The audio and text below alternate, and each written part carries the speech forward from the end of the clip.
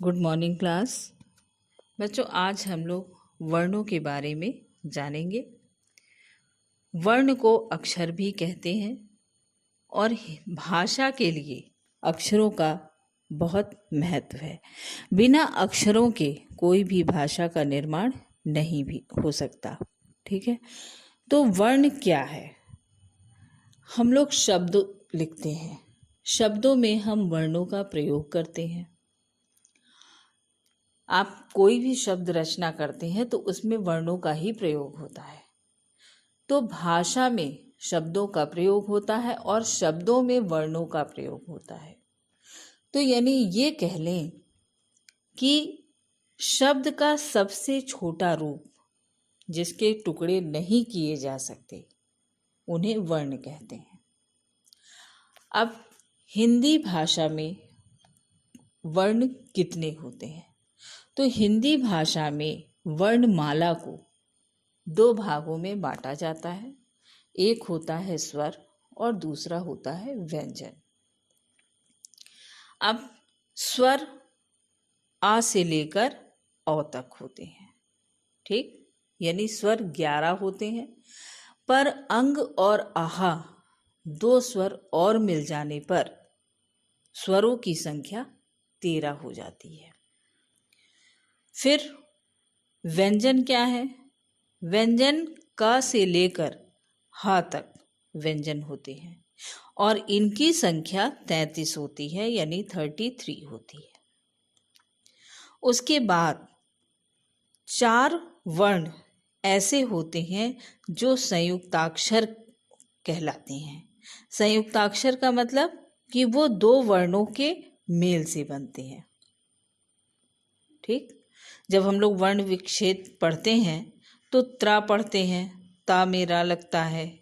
ठीक, फिर इसी तरह से छा पढ़ते हैं जिसमें शा और का प्रयोग होता है।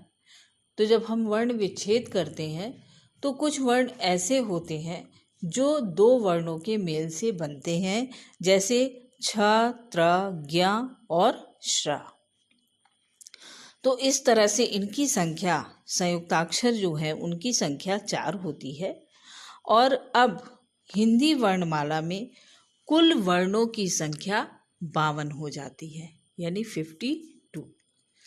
11 स्वर होते हैं, 2 स्वर आयोग वा कहलाते हैं जिनको अंग और आहा कहा जाता है। फिर 33 व्यंजन होते हैं और 4 संयुक्ताक्षर होते हैं और सभी को जोड़ने पर हम 52 वर्णों की जानकारी लेते हैं। यानी हिंदी वर्णमाला में अगर हमसे पूछा जाए कि कितने वर्ण होते हैं तो हम 52 वर्ण बताएंगे। ठीक, अब स्वर और व्यंजन ये दो वर्णमाला के मुख्य अंग हैं। फिर स्वर क्या है और व्यंजन क्या है? तो सबसे पहले हम ये जानेंगे कि स्वर क्या है। वे ध्वनियाँ जिनका उच्चारण बिना किसी सहायता से किया जाता है, यानी जिनके उच्चारण में मुंह से हवा के निकलने में कोई बाधा नहीं होती, उन्हें स्वर कहते हैं।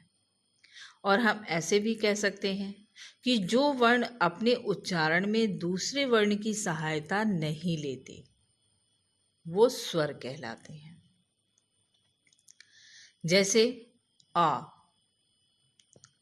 अब इसी जगह पे अगर हम व्यंजन की बात करें, का बोलें, तो का के साथ आ का उच्चारण हो रहा है, लेकिन जब हम आ बोलते हैं तो उसमें किसी और स्वर की सहायता नहीं लेनी पड़ती है। तो स्वर क्या है? स्वर वो है जिनको बोलने पर किसी अन्य स्वर की सहायता नहीं लेनी पड़ती, यानी स्वरों का उच्चारण स्वतंत्र रूप से किया जा सकता है। ठीक, अब स्वरों के कितने भेद हैं? आ से लेकर औ तक जो 11 स्वर हैं उनके 3 भेद हैं। एक है हरिस्व स्वर, दूसरा दीर्घ स्वर और तीसरा है प्लुत स्वर। सबसे पहले हरिस्व स्वर क्या है? जिन स्वरों के उच्चारण में कम समय लगता है उन्हें हरिस्व स्वर कहते हैं और इनकी संख्या 4 होती है। छोटा, छोटी, छोटा ऊ और री। यानी ये कह लें कि जिन स्वरों के उच्चारण में कम ऊर्जा का प्रयोग करते हैं वो हरिस्व स्वर कहलाते हैं और इनकी संख्या 4 है, जैसे अ, ई, उ और री। इनको बोलने में कम समय लग रहा है। फिर दूसरा है दीर्घ स्वर। अब दीर्घ का मतलब ही होता है दुगना, यानी ज़्यादा। ठीक, जैसे आप लोग पढ़ते हैं कि लॉन्ग टाइप आंसर, ठीक है, तो लॉन्ग का मतलब कि लंबा। आपको इस आंसर को विस्तृत रूप से लिखना है। ठीक, तो उसी तरह से दीर्घ स्वर भी वही चीज़ है। जिन स्वरों के उच्चारण में हरिस्व से दुगना समय लगता है उन्हें दीर्घ स्वर कहते हैं, यानी इनके उच्चारण में ज़्यादा हमें ऊर्जा देनी पड़ती है। जैसे आप कहेंगे बड़ा आ, तो आप कहते हैं आ। ठीक, अब छोटा आ जब आपने बोला तो आप देखेंगे कि आपको बहुत कम समय देना पड़ा, लेकिन जब बड़ा आ बोला आपने तो उसमें आपको ज़्यादा समय देना पड़ा, इसीलिए इन्हें दीर्घ कहा गया है। तो दीर्घ स्वरों की जो संख्या होती है वो 7 होती है और उनमें कौन कौन से स्वर होते हैं? बड़ा आ, बड़ी ई, बड़ा ऊ, ए, ओ और औ। अब इसका उच्चारण जब आप खुद करेंगे तो आपको समझ में आ जाएगा कि जो हरिस्व स्वर हैं उनको बोलने में कितना समय लग रहा था और दीर्घ स्वर को बोलने में कितना समय लग रहा था। तो इसका अंतर जो है, इन दोनों में जो अंतर है वो आपको उच्चारण करने पर ही समझ में आएगा। ठीक, अब बात आती है प्लुत स्वर की। अब जिन स्वरों के उच्चारण में दीर्घ स्वर से भी अधिक समय लगता है उन्हें प्लुत स्वर कहते हैं। ठीक, इनका प्रयोग किसी को पुकारने या संबोधन करके बुलाए जाने में किया जाता है। इनकी पहचान के लिए स्वर के आगे, आप देखिएगा किताब में आपके पाठ में एक ऐसा निशान भी बना है जो हिंदी के 3 अंक को प्रदर्शित कर रहा है। ठीक है, यानी 3 अंक जो जिस तरह से हिंदी की गिनती में 3 लिखते हैं, 3 लिखते हैं, उस तरह से लिखा जा रहा है। और इसका जो भाषा के रूप में प्रयोग होता है वो ओम, ओम, इनका प्रयोग संस्कृत में ही किया जाता है। ठीक, यानी प्लुत स्वर का प्रयोग जो होता है वो ज़्यादातर संस्कृत में किया जाता है।